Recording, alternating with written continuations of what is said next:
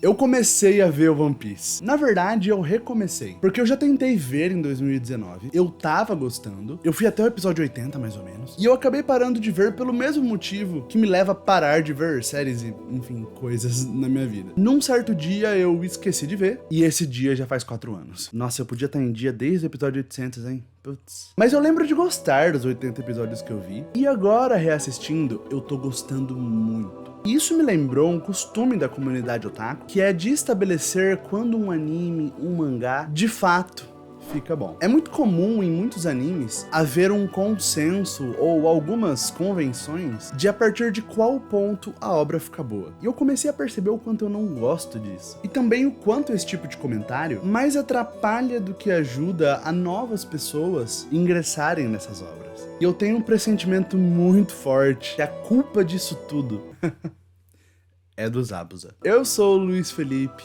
e esse é o Lip Sem Foco.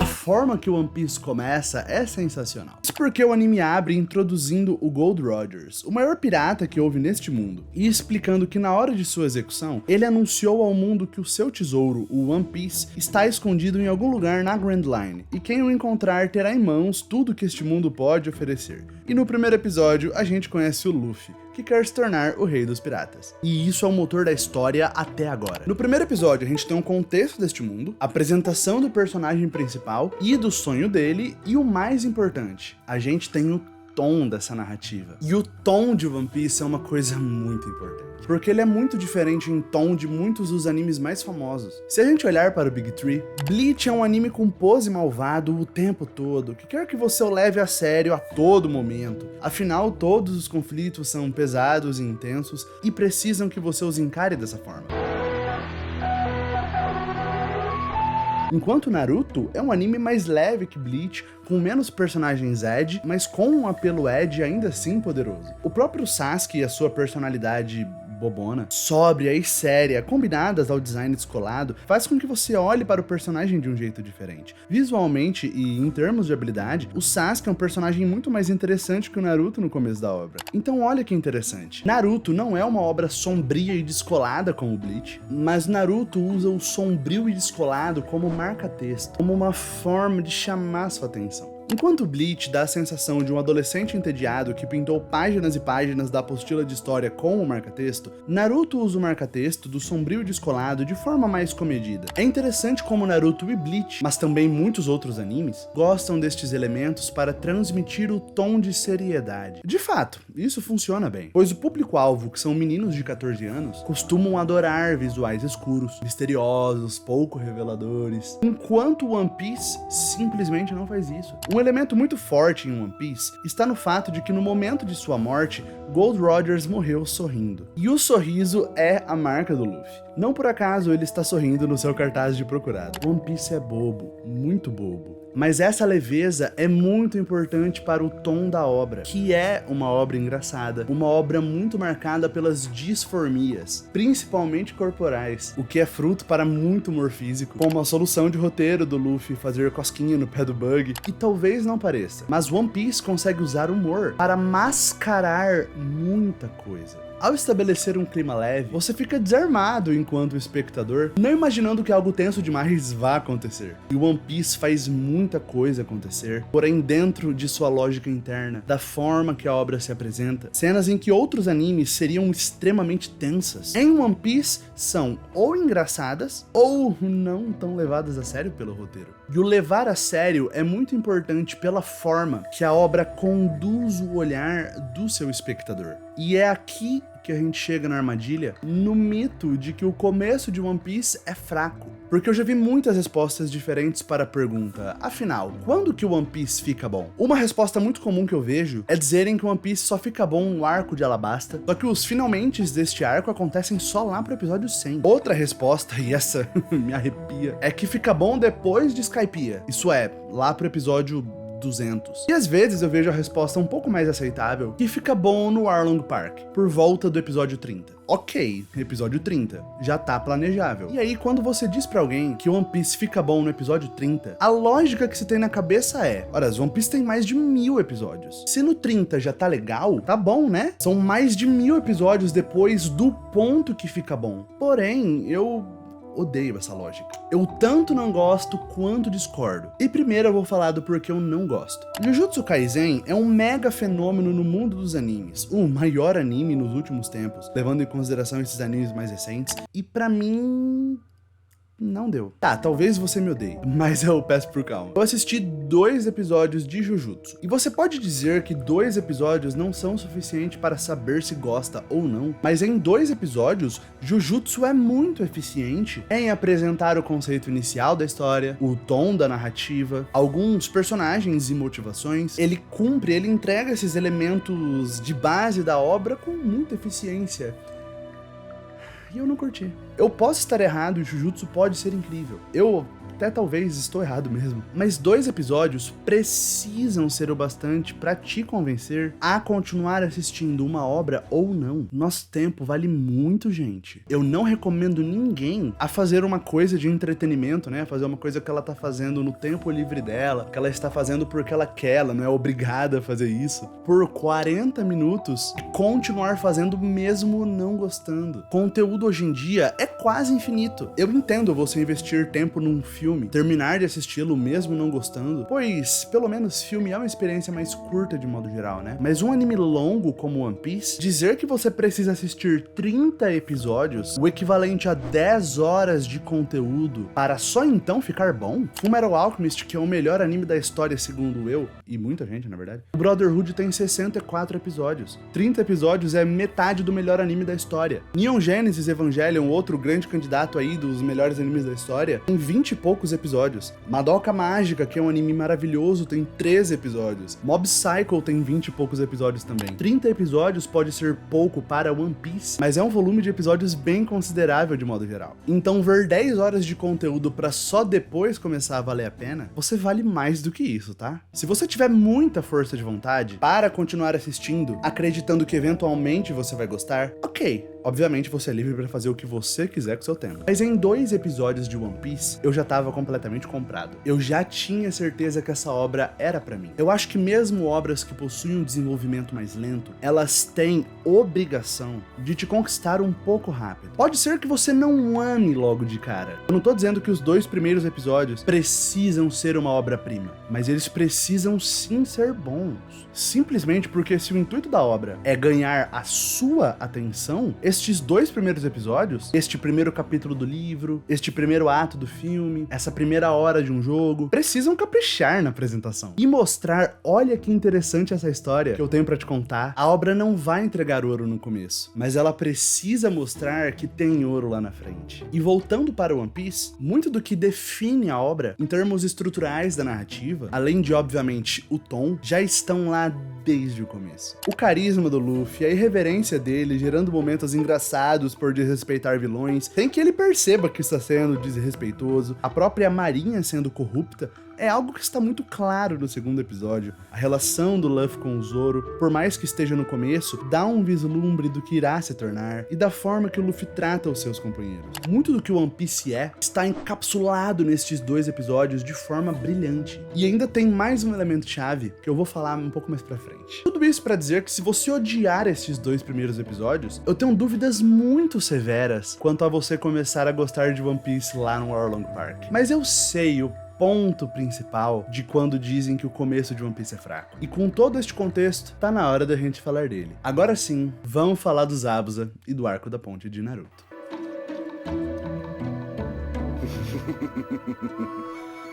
Se você deixar que o seu oponente veja seu jutsu muitas vezes, ele achará um jeito de usá-lo contra você. Então considere-se com sorte. Você é o único homem vivo que viu meu Sharingan 2 vezes. O arco da ponte de Naruto teve um impacto na comunidade muito forte. O que é interessante, pois os acontecimentos em si praticamente não terão relevância no futuro da obra. Zabuza e Haku são personagens pontuais, feitos para ter impacto naquele momento da história. Além disso, existe toda a atmosfera dos nossos personagens que mal formaram o time 7 e já estão indo para uma missão extremamente perigosa. Veja como Naruto quer que você olhe para este momento e enxergue muita tensão. Nós aprendemos que Genins deveriam fazer missão de Rank D e Rank C no máximo. Lógico que junto do seu Jounin mestre acompanhando. E a missão de acompanhar Tezuna no País das Ondas, este senhorzinho, essa missão foi colocada como de Rank C por falta de verba para pagá-la como uma missão devidamente de Rank A. Então, ao invés de nós vermos uma progressão natural, primeiro vendo Naruto, Sasuke e Sakura fazendo diversas missões de Rank baixo, vários episódios da gente vendo uma evolução deles, e só muito lá na frente na história colocar eles pra lidar com a missão de Rank A. Mas não é isso que Naruto faz. A história toma um atalho. Sem falar que as missões em Naruto como um todo perdem demais a relevância. Os fillers até exploram algumas missões, mas missão de fato, eu acredito que essa é a única. A informação que nós temos do ranking das missões é usado como uma escada para aumentar a sensação de perigo. Não apenas Zabuza é poderoso demais para os nossos personagens enfrentarem neste ponto da história, como eles estarem diante dele é um completo engano. A sensação que a gente tem é de um perigo imenso logo na primeira missão. Veja como é forte. Veja como é pegar o marca-texto do Sombrio e usá-lo para evidenciar a seriedade do que está acontecendo. Naruto em muitos momentos é uma obra leve. O Kishimoto até tenta de vez em quando usar humor físico, o que não funciona muito bem. Ele não é ágil como o Oda e o Toriyama para fazer esse tipo de cena. Mas fato é que Kishimoto tenta fazer com que Naruto tenha os seus momentos cômicos. Naruto é uma obra que quer ser leve em muitos momentos, para que nestes momentos de baixa você desenvolva carinho pelos personagens, para que você tenha medo de vê-los morrer nos momentos de alta, que são sérios e pesados. O Zabuza em si é derrotado pelo Kakashi em uma excelente luta de gente grande, mas o Sasuke fica à beira da morte na luta contra Haku. E é correto dizer que se não fosse a raposa de 9 caudas dentro do Naruto, Haku teria matado os dois ali. Sasuke cai no chão, certo de sua morte, e isso desencadeia pela primeira vez a raposa dentro do Naruto. No anime de Naruto, esse é apenas o episódio 16. Veja como muito rápido nós temos uma luta mortal. O Sasuke não morreu, spoiler, o Sasuke não morre na luta contra Haku. Mas ao final, Sasuke e Naruto estão acabados. E a Sakura não fez nada porque o Kishimoto é um completo incompetente na hora de escrever personagens femininas, mas enfim. Nós não estamos felizes pela morte de Zabuza e Haku. O sentimento que fica conosco é bastante triste. Foi uma luta até a morte extremamente trágica. Por mais que tenha sido um arco autocontido, a gente não esquece deles. E o rumo que Naruto toma em sequência é o de expandir a história, começando o arco do Exame Chunin e agora te apresentando dezenas de personagens. Porém, você já tem um apego ao trio inicial, pois você já os viu lutando até a morte. Então agora é o momento perfeito para aumentar o escopo da obra. Tirando o fato de ser inacreditável o quão o Kishimoto é incapaz de escrever as personagens femininas, ele faz um trabalho narrativo muito bom com Naruto. Mas você percebe o que esse arco da ponte fez com a expectativa das pessoas em relação a como deve ser o começo de um anime? O arco da ponte é um arco grandioso que chega muito cedo, te entrega uma batalha épica com risco de morte muito sério, mas o principal fator que faz com que este arco seja tão intenso, tão sério, tão épico, é o tom que o Kishimoto escolhe. Esse arco é feito com o drama no máximo. É pra ser intenso. E quando o otaku quer dizer, ao falar que Naruto fica bom já no começo, no arco dos Zabuza, ele quer dizer que Naruto tem lutas muito boas, muito épicas, logo de início. É como se você mal tivesse enrolação com o treinamento e já pulasse direto pra parte que importa. Porque o que importa num shonen de luta são, pasmem, as lutas. Mas eu acho essa visão bem reducionista do potencial dessas obras. Pois esse olhar denota que todo o desenvolvimento nos momentos de não luta numa obra como essa são um mero desperdício de tempo. My Hero Academia é um anime que esperava-se ser o sucessor espiritual de Naruto e que decepcionou por não ter lutas intensas, por não ter um risco tão alto alto nos seus acontecimentos, e isso não é verdade. Um dos melhores arcos, e talvez o melhor arco de My Hero Academia, é o arco da luta contra o Stan, que acontece por volta do episódio 20, e que literalmente é uma treta num beco. 3 moleques levando uma surra de um assassino de herói num beco fedido e eventualmente vencendo. Mas o que se espera é um escopo maior nas batalhas. E My Hero Academia não segue por esse caminho. Por mais que reza a lenda que atualmente a obra se perdeu, e eu não tô em dia, eu não tenho como comentar muito, mas eu sempre gostei muito de quão objetiva eram as lutas em My Hero Academia. Mas existe muito desenvolvimento, muita evolução de personagem,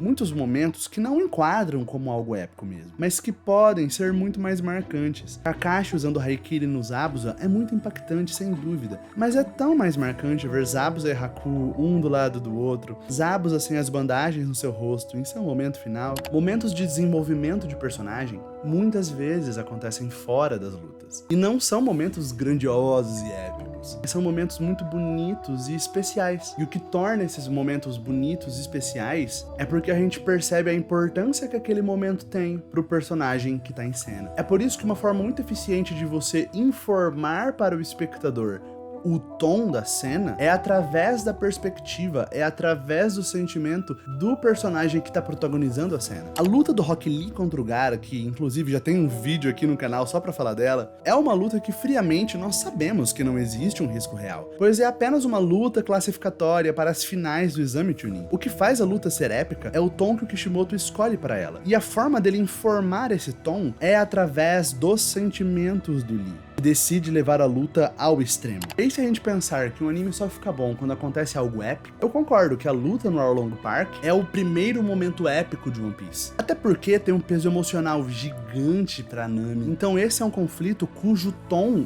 é diferente. Mas eu disse que eu ia retomar o último elemento que nós temos ainda no segundo episódio, que é algo presente em todo One Piece, que o Oda faz de forma incrível. Esse é o momento que eu iria pedir para você fechar os olhos e imaginar o que eu vou falar, mas além de que eu estou colocando imagens para você ver, eu não sei em qual contexto você está vendo ou ouvindo este vídeo, então, por favor, mantenha os seus olhos bem abertos, ok? Muito obrigado, a sua segurança vem em primeiro lugar. Mas esta é uma cena do segundo episódio, em que nós vemos o Zoro, no seu momento de apresentação, amarrado no sol ardente, prestes a sofrer um fuzilamento. Oi? Peraí, desculpa. Eu disse isso mesmo? Dezenas de guardas da marinha com armas apontadas para uma pessoa completamente indefesa, amarrada. E não é como se algo os impedisse de atirar. Eles atiram. Dezenas de guardas atiram contra um alvo que está amarrado, completamente incapaz de se defender. Pensa no quão intenso e pesado isso é. Mas ao invés de usar o marca-texto para evidenciar o nível da violência que está sendo apresentada, o Oda não indica isso como algo tão assustador assim e simplesmente coloca o Luffy como um escudo humano. Afinal de contas, tiros normais não têm nenhuma chance de ferir o nosso meninão de borracha. Veja como One Piece consegue fazer com que um fuzilamento pareça alguma coisa trivial. Esse é o poder do tom da narrativa. O tom irreverente e engraçado faz com que inúmeras situações passem despercebidas e não pareça coisa séria, quando na verdade elas são. No literal 5º episódio de One Piece, o personagem principal fica preso em uma jaula com um canhão pirata apontado pra ele. É pra isso.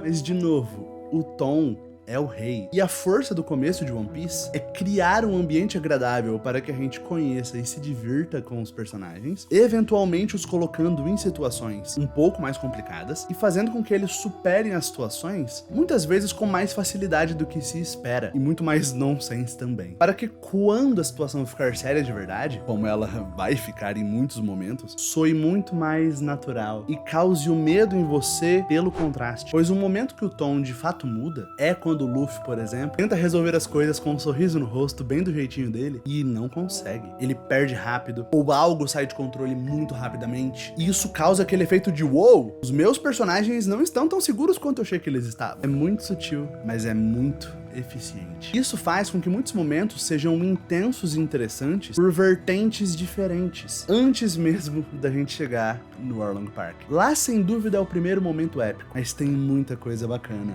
até chegar lá.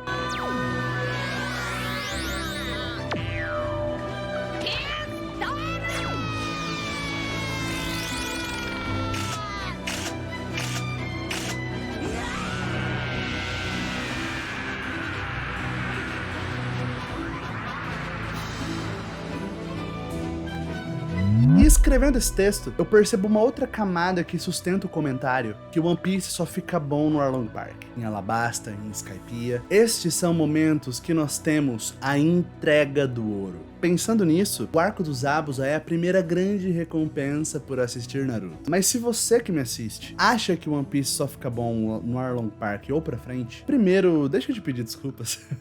Eu acho que eu fui um pouco duro até aqui. Mas veja como tem muita coisa boa que vai ser usada ao longo de toda a obra, que aparece justamente nos episódios 1 e 2. É no Arlong Park que a gente recebe o ouro pela primeira vez, mas é nos episódios 1 e 2 que a gente descobre que o ouro existe. É por isso que eu bato na tecla da importância do começo da sua história ser boa. Mas eu sinto que justamente por ser tão icônico, o arco dos Zabuza deixou essa marca não tão legal no mundo dos animes. Mas essa marca está mais relacionada na forma de se olhar as obras e gerenciar as expectativas que você deve ter quando estiver conhecendo algo novo. Do mais, o comentário de que tal anime, tal série, independente de qual for, só fica bom em determinado ponto, é mais prejudicial do que positivo. Pois você coloca expectativas em alguém de que vai valer a pena continuar assistindo algo que ela não tá gostando, pela esperança de que em determinado ponto vai ficar legal. É tanto uma barreira que vai impedir que pessoas comecem, pois ora, se só fica bom no episódio 30, vá a merda, eu tenho mais o que fazer. E ao mesmo tempo, uma promessa ligeiramente falsa, pois se após conhecer o modus operandi da obra, o tom da narrativa, o estilo da escrita, os personagens e as dinâmicas, as chances dela começar a gostar quando chegar em tal ponto são muito mais baixas do que parece. E após isso tudo, se você nunca viu One Piece, mas tem curiosidade, tem dificuldades pra começar, pois afinal o anime é praticamente infinito,